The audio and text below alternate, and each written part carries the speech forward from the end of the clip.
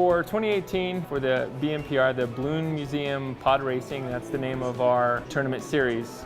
So we had 8 total races across the year, and so I was lucky enough to take first in that. About once a month, we have an official race, a BMPR race.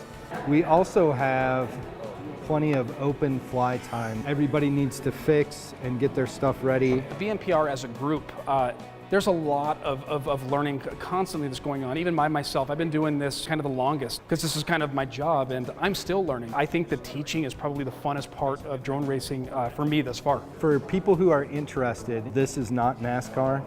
Our pit's not fenced off. You don't have to wait in line to talk to a pilot, and everybody is here to help you understand and a chance to look through the goggles. We have a specific class for new pilots that we call the BMPR Rec class. You will legitimately get to fly with people with like skill levels who are just learning how to fly. It's just fun.